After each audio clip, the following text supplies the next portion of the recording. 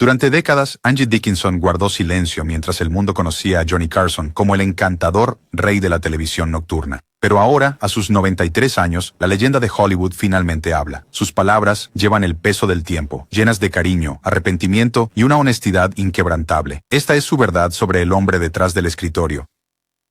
Las cámaras y la imagen pública cuidadosamente elaborada. Creías conocer a Johnny Carson, el ingenioso presentador que acostó a América cada noche por 30 años, pero a través de los ojos de Angie surge un hombre diferente. Quédate con nosotros. Lo que ella revela cambiará tu forma de ver a una de las estrellas más enigmáticas de la televisión. En el panteón de la televisión americana, pocas figuras tienen la talla de Johnny Carson. Durante 3 décadas fue el último rostro que millones vieron antes de quedarse dormidos. Sus monólogos, el pulso de la cultura americana.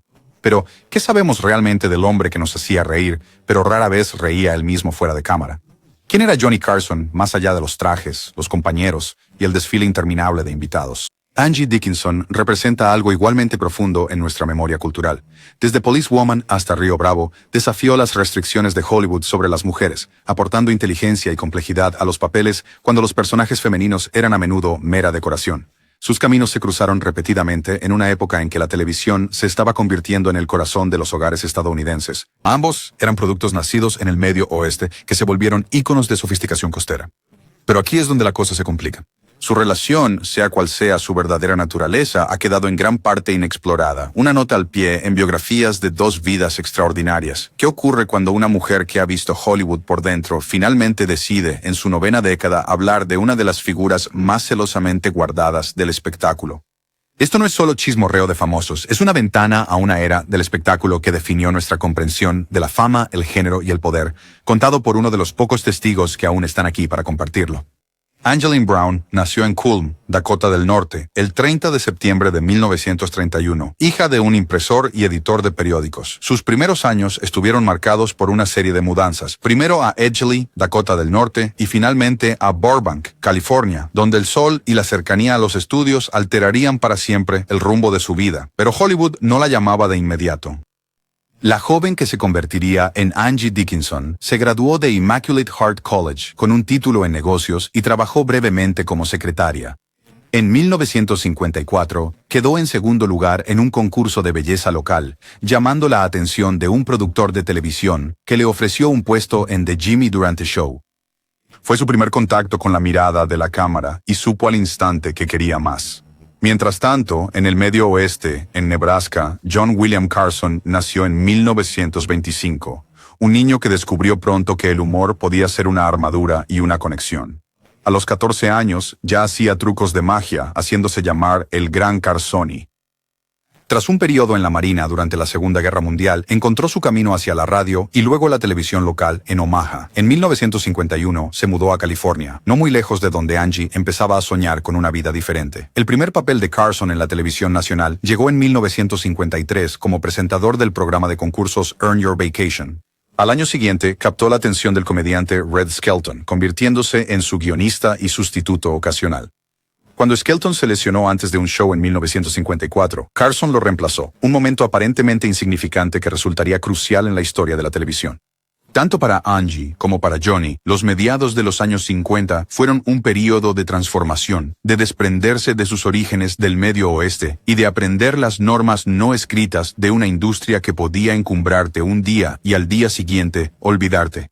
Para 1956, Angie Dickinson había captado la atención de Howard Hawks, quien la eligió para actuar junto a John Wayne en Río Bravo, 1959. El papel que la establecería como algo más que solo una cara bonita. Su personaje, Feathers, era dura, inteligente, independiente, cualidades que se convertirían en el sello distintivo de Dickinson. La cámara la adoraba no solo por su belleza, sino por la inteligencia que animaba sus facciones, la forma sutil en que podía dominar una escena con una mirada. El ascenso de Carson fue más constante, forjado noche tras noche bajo el resplandor de la televisión en vivo. Después de presentar varios programas diurnos, fue elegido para reemplazar a Jack Paar como presentador de The Tonight Show en 1962.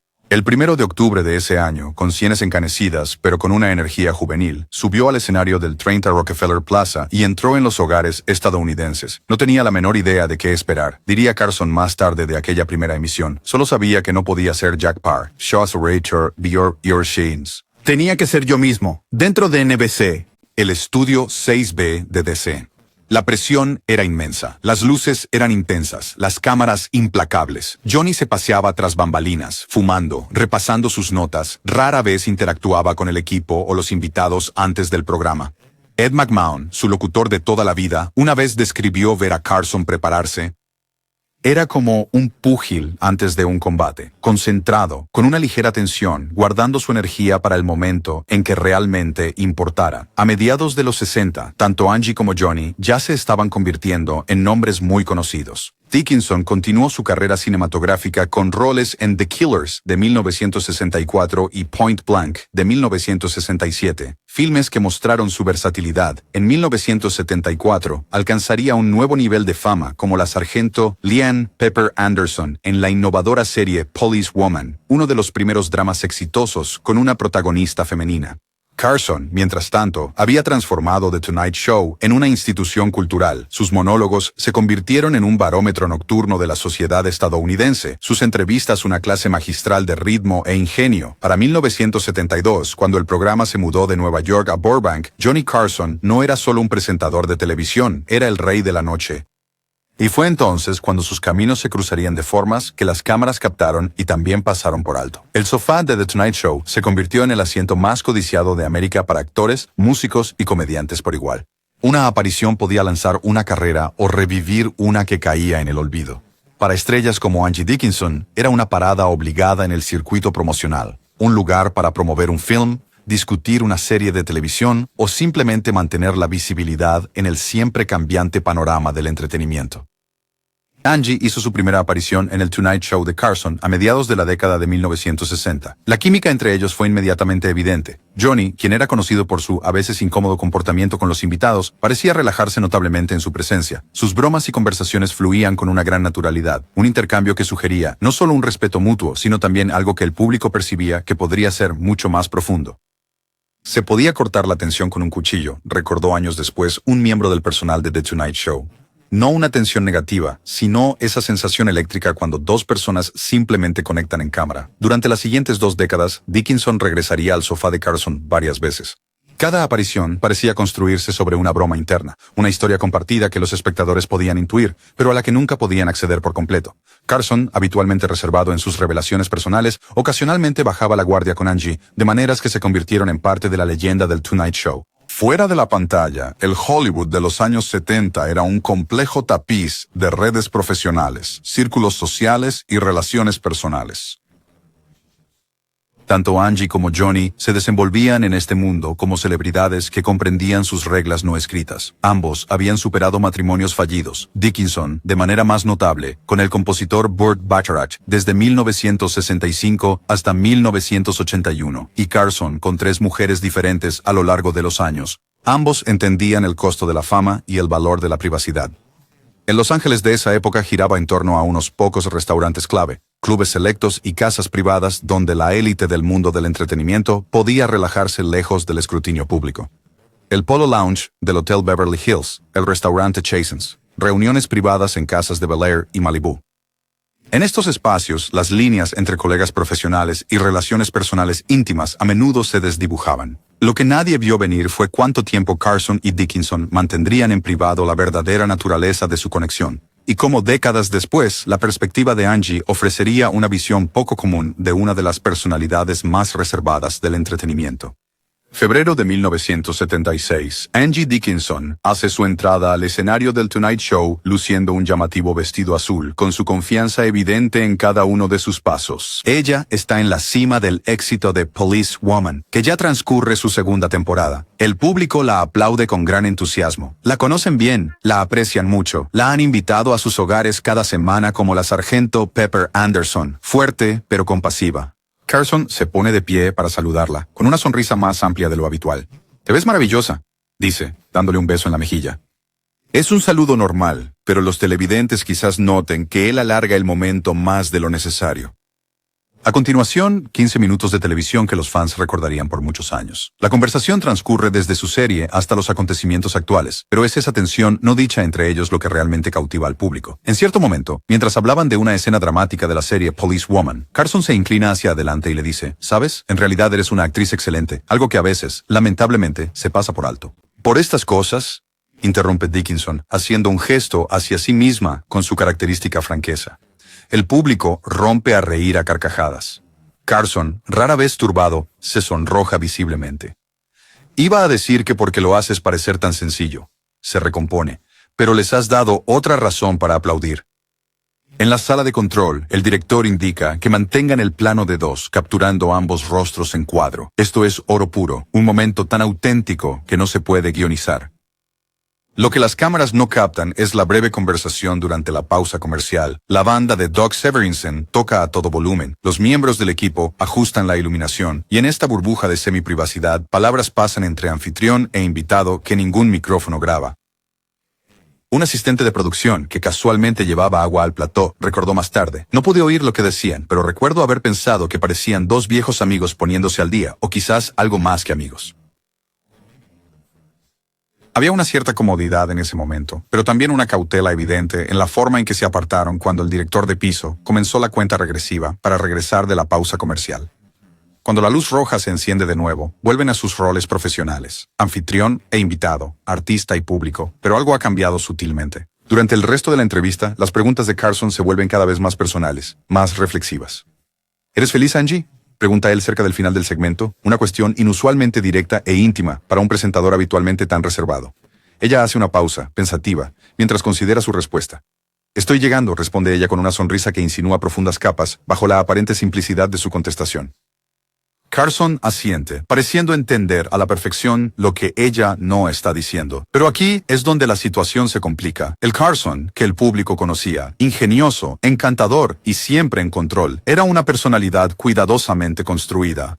Quienes trabajaron de cerca con él lo describieron como un hombre distinto fuera de cámara, muy reservado, a menudo malhumorado e incómodo con la intimidad emocional. Él era, como su tercera esposa, Joanna Holland, diría, el hombre más solitario que jamás conocí. Angie Dickinson, por su parte, se movía por Hollywood como una mujer decidida a proteger su dignidad personal en una industria que a menudo reducía a las actrices a sus atributos físicos. Su matrimonio de 8 años con Burt Bacharach terminó en 1981, dejando la madre soltera de su hija, Nikki, quien enfrentó graves problemas de salud toda su vida. Sus interacciones públicas, esas apariciones en el Tonight Show que parecían tan cargadas de historia tácita, existían en un complejo contexto de obligaciones profesionales, de expectativas públicas y de la política de la industria. En aquellos días, Dickinson reflexionaría más tarde en una entrevista de 2019, no existía tal cosa como una relación casual si uno estaba en el ojo público. Todo tenía consecuencias para tu carrera, especialmente para las mujeres. La vida personal bien documentada de Carson complicó aún más las cosas. A mediados de los años 70 ya se había divorciado 2 veces y se casaría con su tercera esposa, Joanna Holland, en 1972. Su reputación como pareja romántica difícil iba en aumento.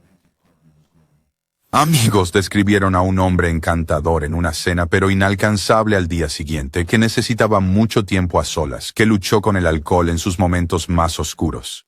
Johnny necesitaba a la gente desesperadamente, observó una vez su productor de toda la vida, Fred de Córdoba, pero no soportaba tenerlos demasiado cerca. Los rumores de la industria sobre las relaciones de Carson con varias actrices y modelos eran comunes en los círculos de Hollywood, aunque él mantenía una estricta privacidad sobre su vida personal. Cuando los periodistas indagaban, se encontraban con un muro impenetrable. Carson rara vez concedía entrevistas en profundidad, y cuando lo hacía, las preguntas personales eran un tema terminantemente prohibido. Para Dickinson, abordar este delicado terreno exigía una cuidadosa consideración. Como una de las actrices principales de Hollywood, que había luchado por ser tomada en serio como actriz, y no solo como un símbolo sexual, cualquier indicio de impropiedad podría socavar décadas de trabajo. Además, debía pensar en su hija. El bienestar de Nikki siguió siendo su principal preocupación durante toda su vida. La pregunta persistía en los círculos del espectáculo. ¿Cuál era exactamente la naturaleza de la relación entre Angie Dickinson y Johnny Carson? ¿Fue un breve romance mantenido en privado para proteger sus respectivas imágenes? ¿Una profunda amistad con momentos de algo más? ¿Una relación profesional amplificada por la química en pantalla y la especulación del público? Fuera de cámara, la verdadera historia era bastante distinta a lo que los espectadores podrían haberse imaginado. Aunque los columnistas de chismes ocasionalmente conectaban sus nombres, ambos siempre mantuvieron un silencio absoluto en público. Cuando le preguntaron directamente en una inusual entrevista de 1985 sobre su relación con Johnny Carson, Dickinson desvió la pregunta con una facilidad muy practicada. Johnny y yo nos conocemos desde hace muchísimo tiempo. En este negocio es valiosa la gente que te conoció antes y después. La ambigüedad permanecería por décadas hasta que Angie, a sus 90, decidió que había llegado el momento de la claridad.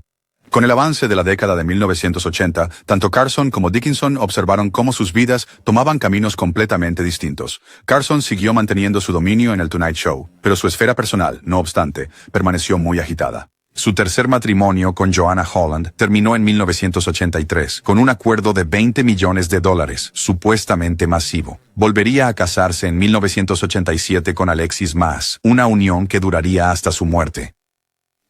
La carrera de Angie tomó otro rumbo, ya que las oportunidades de Hollywood para mujeres mayores de 40 se redujeron considerablemente. Después de que Police Woman terminara en 1978, ella siguió trabajando de forma constante en televisión, cine y proyectos ocasionales para la gran pantalla, como Vestida para matar de Brian De Palma en 1980, pero los papeles principales se hicieron menos frecuentes, y la atención de la industria se desvió hacia actrices más jóvenes. Sus reencuentros televisivos también se hicieron menos frecuentes. A finales de los 80, las apariciones de Dickinson en el Tonight Show eran ocasionales en lugar de eventos regulares. Cada vez que volvía, el público aún sentía ese ritmo especial entre ellos, pero también una nueva distancia. El peso de los años y vidas separadas creaba una sutil barrera. En un momento íntimo, nunca compartido hasta décadas después, hubo una llamada telefónica en 1991. Carson había anunciado su retiro del programa Tonight Show tras casi 30 años. El mundo del espectáculo bullía con homenajes y retrospectivas, con incontables celebridades compartiendo sus momentos favoritos de Johnny. Angie lo llamó a su casa, no a su oficina en NBC, sino a su línea privada. Muy pocas personas tenían ese número. Pensé en enviar flores, recordaría ella más tarde, pero eso parecía demasiado impersonal para todo lo que habíamos vivido. La llamada duró casi una hora. Lo que se dijo exactamente sigue siendo en gran parte privado, pero Dickinson finalmente revelaría un detalle. Me dijo que estaba cansado, no solo del programa, sino de ser Johnny Carson cada noche. Él dijo, «Tú siempre lo veías, Ang». Eso fue lo que me asustó. Cuando Carson pronunció su monólogo final el 22 de mayo de 1992, Angie lo vio desde su casa en Beverly Hills. Ella no estaba entre los invitados especiales de su episodio de despedida, que contó con Bette Midler y Robin Williams. Quizás eso era apropiado, su conexión siempre había existido un tanto al margen de los reflectores de las actuaciones públicas. Después de su jubilación, Carson se adentró aún más en su vida privada. Prácticamente desapareció del ojo público, declinando un sinfín de entrevistas y peticiones para aparecer. Pasaba sus días navegando en su yate, el Serengeti, jugando al tenis y ocasionalmente enviando chistes a David Letterman para sus monólogos. Dickinson siguió trabajando durante los 90 y principios de los 2000, apareciendo en películas como Pay It Forward y haciendo apariciones como invitado en series de televisión. Se volvió cada vez más selectiva con sus proyectos y apariciones públicas, centrándose más en su hija, Nikki, cuyos problemas de salud habían sido una preocupación constante a lo largo de su vida. Cuando Johnny Carson murió el 23 de enero de 2005, a los 79 años por complicaciones relacionadas con el enfisema, los homenajes llegaron de todo el mundo. Antiguos invitados, compañeros comediantes y ejecutivos de televisión compartieron sus historias de Johnny. Angie Dickinson no hizo ninguna declaración pública, y ahí fue cuando todo cambió. Durante 15 años después de la muerte de Carson, Angie Dickinson mantuvo su silencio público sobre su relación. Aun cuando biografías no autorizadas y retrospectivas intentaban reconstruir la complicada vida privada de Carson, ella se negó a comentar. Cuando su nombre aparecía en artículos que especulaban sobre su historia romántica, ella ni confirmó ni negó. La pérdida de su hija, Nikki, por suicidio en 2007, devastó a Dickinson. Se retiró de la vida pública por un tiempo, procesando su dolor en privado. Cuando reapareció para entrevistas o apariciones ocasionales, se centró en su legado profesional y obra benéfica, desviando las conversaciones de asuntos personales. Pero al entrar en sus 90 años, algo cambió. Quizás fue la perspectiva que dan 9 décadas de vida, o la libertad de haber sobrevivido a la mayoría de sus contemporáneos. En una serie de entrevistas que comenzaron en el año 2022, Dickinson empezó a sincerarse sobre aspectos de su vida que antes había evitado, revelando finalmente su relación con Johnny Carson. A esta altura de mi vida, le comentó a un periodista para un perfil publicado en una importante revista de entretenimiento, ya no le encuentro ningún sentido a llevarme secretos a la tumba. Johnny se fue. La mayoría de los que pudieron haber sido heridos ya no están, y la verdad es más silenciosa que los titulares. Que rápidamente se hizo viral, el entrevistador abordó delicadamente el tema de Carson. En lugar de su habitual evasiva, Angie hizo una pausa, sonrió levemente y luego asintió. Sí, dijo simplemente. Había algo entre nosotros, algo realmente importante. Lo que siguió no fue la revelación escandalosa que algunos quizás esperaban, sino más bien una reflexión matizada sobre una relación compleja que se extendió por varias décadas. Según Dickinson, ella y Carson sí tuvieron una relación romántica durante la década de los 70, aunque nunca exclusiva y siempre con extrema discreción. Johnny no estaba hecho para relaciones convencionales, explicó ella. Él necesitaba espacio, cantidades enormes de él, y yo tenía mi carrera. Mi hija. Encontramos una manera de importarnos el uno al otro sin hacernos exigencias que ninguno de los dos podía cumplir. Describió a Carson como brillante, con problemas e increíblemente amable, de maneras que el público nunca vio. En una anécdota muy conmovedora, ella reveló que cuando su hija fue hospitalizada en 1976, Carson hizo arreglos para que los mejores especialistas consultaran su caso, cubriendo los gastos anónimamente. Él nunca pudo reconocer su propia bondad, dijo ella. Eso formaba parte de su encanto y a la vez de su tragedia. Cuando le preguntaron por qué había mantenido su relación en privado durante tanto tiempo, su respuesta reveló tanto sobre las dinámicas de poder de Hollywood como sobre sus propias decisiones personales. En aquellos tiempos, estar relacionada con Johnny de forma romántica habría eclipsado por completo todo lo demás de mi carrera profesional. Había trabajado demasiado duro para llegar a ser Angie Dickinson, la actriz, como para que me redujeran a ser la novia de Johnny, y él respetó eso por completo, añadió ella con su franqueza tan característica. Además, los dos sabíamos que aquello no duraría para siempre. Johnny no estaba destinado a una relación eterna con nadie.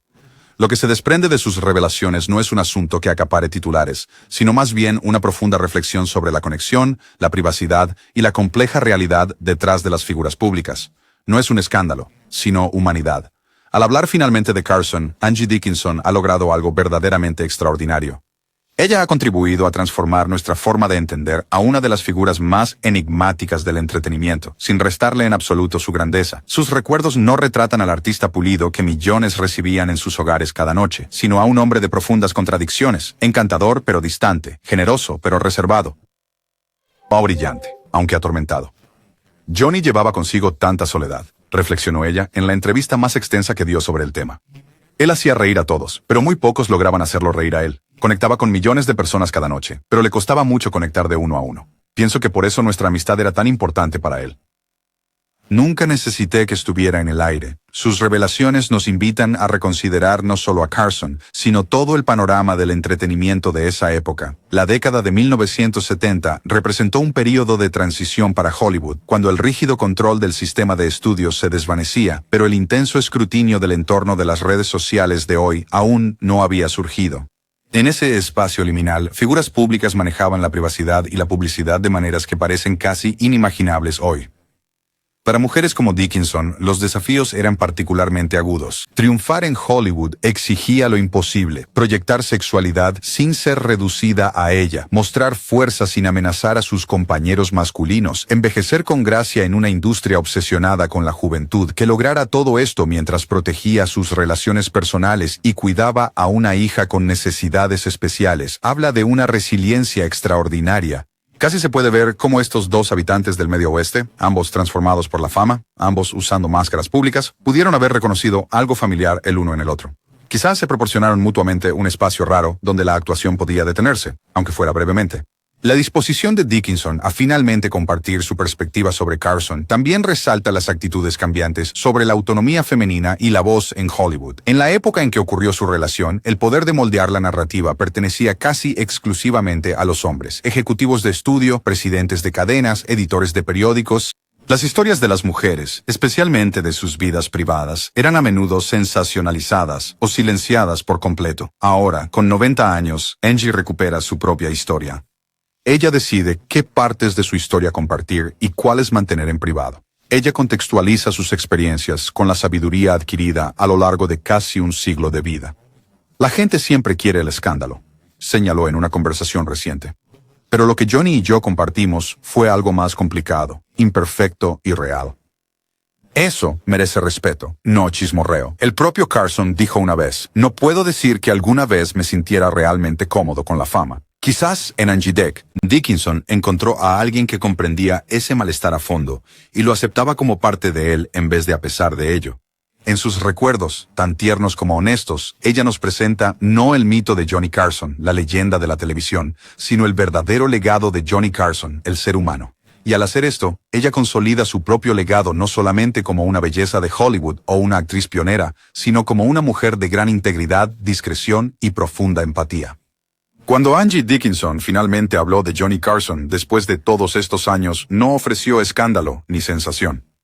En cambio, ella nos dio algo mucho más valioso, autenticidad. A través de sus ojos vislumbramos no solo al rey de la noche, sino al ciudadano privado, complejo, imperfecto y profundamente humano. Yo lo amé a mi manera y él me amó a la suya, dijo ella recientemente, con su voz fuerte a pesar de sus años. Ninguno de los dos necesitaba ser dueño del otro. Quizás por eso permanecimos en la vida del otro cuando tantas otras relaciones se desvanecieron. Hay algo conmovedor en Angie, a sus 93 años, sentada en su sala, rodeada de fotografías que abarcan décadas, finalmente sintiéndose libre de decir su verdad no con amargura ni arrepentimiento, sino con la claridad que viene de una vida plenamente vivida. Quizás eso sea lo más valioso que ella nos comparte. No los secretos acerca de Johnny Carson, sino la profunda sabiduría de comprender que nuestras relaciones con los demás, complicadas, a veces imperfectas y con frecuencia inclasificables, son, en definitiva, lo que enriquece verdaderamente una vida. ¿Qué momento de la historia te conmovió más? ¿La llamada discreta antes de su retiro? ¿La bondad entre bastidores que nunca fue noticia? ¿O simplemente la gracia de dos personas que encontraron algo real en una industria construida sobre la ilusión? Comparte tus pensamientos en los comentarios.